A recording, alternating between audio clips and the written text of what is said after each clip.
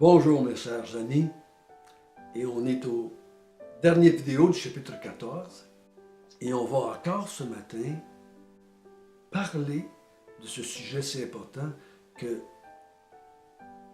c'est quoi un disciple et ça coûte quoi être un disciple de Jésus-Christ. C'est tellement important parce que tous ceux qui ne seront pas un disciple vont être condamnés. Il faut être un disciple pour être dans le royaume de Dieu, pour être avec Christ, pour être un élève de Christ.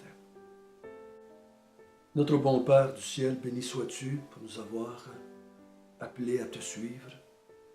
Et le privilège de ceux qui te suivent, c'est qu'ils sont enseignés. Ils sont sauvés par le Maître, sont instruits par le Maître. Montre-nous ce matin ce que toi, Jésus, tu dis encore que c'est un disciple. On ne veut pas savoir ce que les églises disent. On veut savoir ce que les hommes pensent. On veut que toi, toi-même, on veut savoir ce que toi tu as dit. Ce qui est sorti de ta bouche, c'est quelques jours avant ta mort, quand tu as parlé aux foules qui te suivaient. Amen.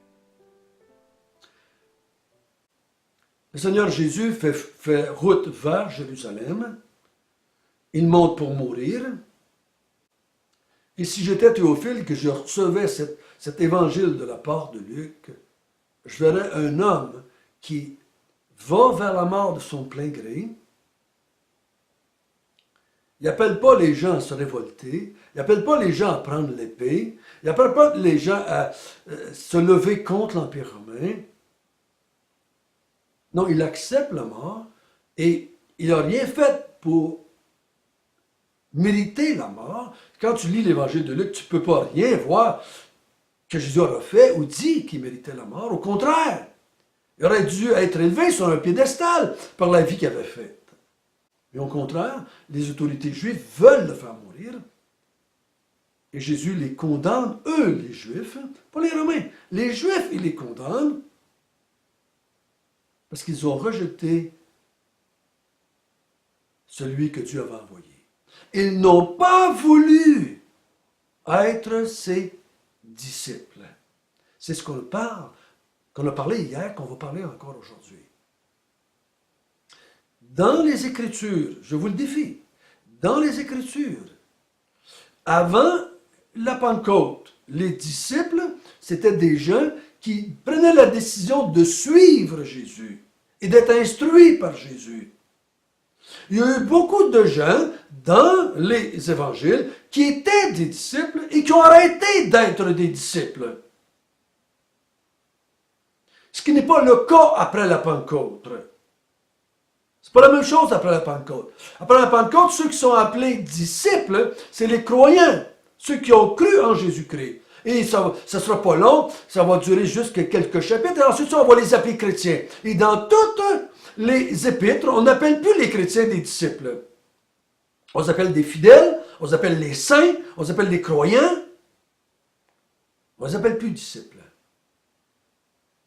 Ici, dans les évangiles, quand Jésus dit « Si vous voulez être mon disciple », ça veut dire que vous devez accepter que je vous instruise, que je vous dise, moi, ce que Dieu veut faire.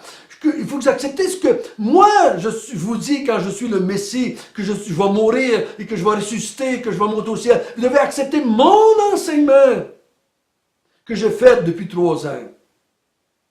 Il va falloir que vous acceptez que je vais mourir, que je vais aller à la croix. Je vous l'ai dit. Il faut vous accepter un Messie mourant, rejeté par les autorités, et qui va ressusciter le 3e jour. Vous devez accepter ce que je vous dis. Un disciple, ici, dans Luc, ce n'est pas l'équivalent d'un croyant, toujours. Peut-être qu'il y a des gens ici qui suivaient Jésus, parce que cette foule suit Jésus ici, là. On pourrait les appeler des disciples. Une grande partie de ces gens-là vont rejeter Jésus. Une grande partie va pas vouloir de Jésus après sa mort, parce qu'ils n'acceptent pas un Messie mourant. On a vu hier que Jésus a dit, si tu veux être mon disciple, premièrement, il va falloir que tu aies. Pas être, là, est haïr. Il faut que tu aies ton père, ta mère, ta femme, tes enfants, tes frères, tes sœurs, et même ta propre vie, pour être mon disciple. Voyez-vous, faites ça attention. Jésus ici n'est pas en train d'appeler les gens à haïr le monde autour d'eux autres. Il est en train de dire, s'il y a quelqu'un qui voudrait t'empêcher d'être mon disciple, tu devrais le haïr et me suivre quand même. Si toi, ta propre chair, te pousse à ne pas vouloir me suivre, tu devrais haïr ta propre chair. Jésus ici ne dit pas, tu dois m'aimer plus que les autres, tes autres modèles. Tu dois m'aimer, moi, Jésus, plus que Bouddha. Tu dois m'aimer, moi, Jésus, plus. Tu dois me préférer à. C'est une préférence, si je pourrais dire, si je n'ai pas le mot préféré, c'est une préférence exclusive. Je préfère la tarte aux pommes. Je ne mange pas d'autres tartes. Je la préfère au détriment de tous les autres. Les autres, j'en mange pas. Je mange seulement la tarte aux pommes. Je préfère, parce que le mot dans la tête, le mot préféré, implique que j'aime ça et d'autres choses aussi. Mais c'est pas ça que le texte nous dit ici. Je meurs à moi-même. C'est pour ça qu'il dit au verset 27, quiconque ne charge pas de sa croix ou ne porte pas sa croix ne peut pas être mon disciple, ne peut pas me suivre, ne peut pas être mon disciple. Donc Jésus lui-même va se charger de sa croix et il va mourir. Il dit, tu dois faire la même chose que moi. Tu dois mourir avec moi. Tu dois mourir à toi-même afin de vivre pour quelqu'un d'autre. Pour le Père, pour Jésus lui-même. Si tu veux être mon disciple, il faut que tu prennes ta croix. Il faut que tu la portes. Et je vais vous dire franchement, là, on ne porte pas notre croix le jour qu'on accepte Jésus dans notre vie, puis le lendemain, on laisse tomber la croix à terre, puis là, Jésus devient notre serviteur, notre ami. La croix, on la prend, et c'est pour l'éternité, si je peux dire ainsi. On ne vivra plus jamais pour soi. On va toujours maintenant vivre pour Dieu, pour Jésus-Christ. Je meurs à moi-même. Et il y a quelqu'un d'autre qui va vivre en moi. Jésus va me donner une nouvelle vie qui va m'emmener à vivre pour lui. Les disciples de Jésus, c'est des gens qui ont décidé de porter leur croix et de suivre Jésus et être ses disciples. Oh, je crois que si il y en a peut-être quelques-uns qui ne comprennent pas aussi de quoi Jésus parle quand il parle de la croix, mais je veux dire, dans quelques jours, ils vont savoir quand ils vont voir lui porter sa croix et lui mourir sur une croix. Et quand ils vont se souvenir que Jésus a dit, vous devez porter votre croix et me suivre, je crois qu'il y avait un lien là. Tu dois mourir pour me suivre. Il dit, on a vu hier, le verset 28 et 31, prends bien le temps de bien calculer le coût d'être mon disciple. Ne commence pas puis abandonner. Si tu commences et t'abandonnes, c'est comme si tu n'avais jamais commencé. Tu ne vas pas avoir une demi-place dans le ciel. Tu ne vas pas juste avoir une moins belle place dans le ciel. Tu ne seras pas avec Jésus. Tu ne seras pas avec lui. Calcule le prix si tu veux être mon disciple. Et suis-moi en comprenant ce que tu veux, ce que je veux de toi, ce que je suis en train de faire, ce que je suis en train d'établir, ce que je suis en train de servir mon Père, de rassembler un peuple, mon Père. Comprends bien ce que je suis en train de faire. Et on va lire les derniers versets avec lesquels on va terminer aujourd'hui. Verset 33. Ainsi, quiconque d'entre vous ne renonce pas à tout ce qu'il possède ne peut être mon disciple. Le sel est une bonne chose, mais si le sel perd sa saveur, avec quoi l'assaisonnera-t-on? Il n'est bon ni pour la terre, ni pour le fumier. On le jette dehors. Que celui qui a des oreilles pour entendre, entende. Quiconque d'entre vous ne renonce pas à tout ce qu'il possède ne peut être mon disciple. Que possèdes-tu? Que possédais-tu avant d'être un disciple de Jésus? Le terme est fort, hein? Renoncer à tout. Tu ne peux pas renoncer la moitié. Tu ne peux pas renoncer pendant le restant de ta vie, dans le sens que je vais abandonner petit à petit les choses. C'est comme quelqu'un m'avait dit, une fois j'avais entendu un croyant dire, « Seigneur, prends toute ma vie, mais je t'en prie, prends-la un petit peu à chaque jour, pas trop à la fois, s'il vous plaît. » Il n'avait pas renoncé à tout. J'ai déjà entendu dire aussi des enseignants. Et ces chrétiens-là ont renoncé à des choses, mais n'ont pas renoncé à leur portefeuille. Parce qu'ils ne donnaient pas des grosses offrandes. Ça ne devrait pas être dit comme ça. Ça veut dire que je peux devenir un chrétien sans avoir renoncé à tout. Et Jésus, il dit, si tu ne pourras pas être mon disciple, si tu ne renonces pas à tout. C'est pas, tu vas pouvoir être un disciple, mais pas engagé. Tu vas être un pas pire disciple. Tu vas être un chrétien, mais tu ne seras pas un disciple. Je vais te sauver quand même, mais tu ne seras pas un disciple. C'est pas ça qu'il dit. Tu dois être mon disciple si tu veux que je t'instruise. Tu dois renoncer à tout ce que tu possèdes. Et là, tu vas être mon disciple et je vais t'instruire. Tu vas devenir un enfant de Dieu. Je vais te dire comment faire. Je vais te montrer le chemin, comment faire pour devenir un disciple. Dans le sens que tu vas pouvoir devenir un enfant du royaume. Tu vas pouvoir, à la résurrection des justes, t'asseoir à la table de Dieu.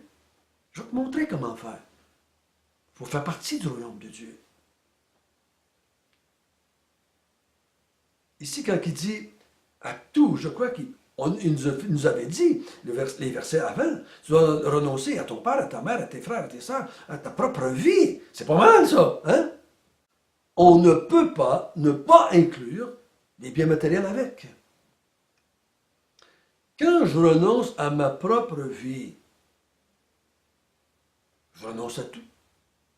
Ça veut dire que maintenant, les talents, les dons, le physique, les argents, les biens matériels que j'ai, ce n'est plus pour moi. Je les ai mis maintenant au service du maître que je suis. Je suis un disciple. Les disciples se servaient de leurs biens pour faire vivre leur maître, qui les instruisait. Ils évaluaient l'enseignement du maître comme étant plus important que tout ce qu'il possédait. Est-ce que tu as renoncé à tout ce que tu possédais pour devenir un disciple de Jésus?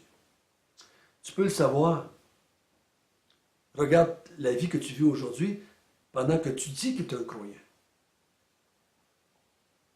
Tu vas voir si tu utilises, si tu vis pour ton maître. Est-ce que tu vis pour ton maître? Est-ce que tu as la conviction profonde que tu vis pour ton maître? Tu es mort à toi-même. Tu t'es chargé de ta croix. Et maintenant, tu suis quelqu'un d'autre. Vous savez, le mot « suivre », là, c'est pas le mot « essayer » que ça veut dire. Si Jésus était sur la terre aujourd'hui et que je devenais son disciple, ça veut dire que je devais abandonner ma maison, là. Je devais abandonner les gens derrière de moi, puis suivre Jésus sur la route. Je devais abandonner mes vaches, mes poules à quelqu'un d'autre. Je devais abandonner ma maison et suivre Jésus. C'est ça que les 12 ont fait pendant les 3 ans de la vie de Jésus. Ils ont suivi Jésus partout. Ils ont abandonné bateau et filet. Je n'ai pas besoin aujourd'hui d'abandonner ma maison parce que Jésus habite dans mon cœur, est avec moi et en moi, dans le croyant. Je n'ai pas besoin d'abandonner ma job pour suivre Jésus. Suivre Jésus, vivre pour Jésus, vivre pour la gloire de Dieu. Frères et sœurs, chers amis, tellement de gens le disent. Mais pas la réalité. Jésus fait partie de leur vie. Jésus est dans leur vie.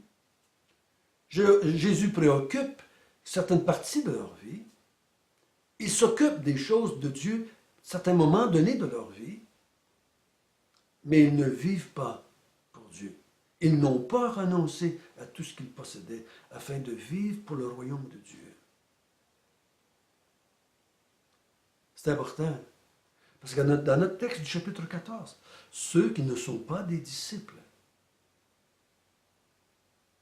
ne font pas partie du royaume de Dieu. Ceux qui n'ont pas accepté l'invitation ne font pas partie du repas. Ceux qui se sont élevés à la résurrection des justes vont être abaissés. Jésus termine ce chapitre en nous parlant du sel. Tout le monde connaît l'utilité du sel. Le sel donne de la saveur aux aliments. Mais si le sel perd sa saveur, il ne sert plus à rien et on le jette dehors. C'est comme l'illustration de une lumière sous un boisseau, ça ne sert à rien. Donc il dit, prends bien le temps de bien évaluer qu'est-ce que c'est un disciple, à quoi je t'appelle, qu'est-ce que tu vas devenir en devenant mon disciple, à quoi tu vas servir, que ta vie va être pour moi. Considère bien le coût. Parce que si tu abandonnes, en cours de route, tu vas être comme du sel sans saveur et tu vas être jeté dehors et tu vas être foulé aux pieds. Donc c'est encore une fois une condamnation. Depuis le chapitre 10, où est-ce qu'on voit que Jésus termine presque tous ses enseignements par une condamnation sur Israël. Sur Israël qui n'a pas voulu du Messie envoyé par Dieu. Israël qui s'élève et qui sera abaissé. Israël qui n'acceptait pas l'invitation au repas et va être rejeté. Et Israël n'a pas voulu devenir un disciple ou des disciples de Jésus. Et il est comme du sel qui n'a plus de saveur, qui ne sert plus à rien, il va être jeté. Parce qu'Israël avait le rôle dans l'Ancien Testament de jouer, d'être du sel parmi les nations. Ils ne l'ont pas fait, ils vont être rejetés. Toute personne qui n'est pas un disciple de Jésus-Christ est comme du sel sans saveur et ne sert à rien. Israël, ici, ne veut pas abandonner tout ce qu'ils ont, toute leur gloire humaine, tout leur bien-être humain, tout leur prestige religieux. Ils ne veulent pas abandonner leur position religieuse ou politique pour suivre Jésus, ce Messie, humble en guillemets, ce Messie qui dit qu'il va mourir. Ils ne veulent pas. Ils ne veulent pas le suivre. Ils ne veulent pas être le disciple d'un tel roi, d'un tel Messie. Le veux-tu, toi? Notre bon Père du ciel,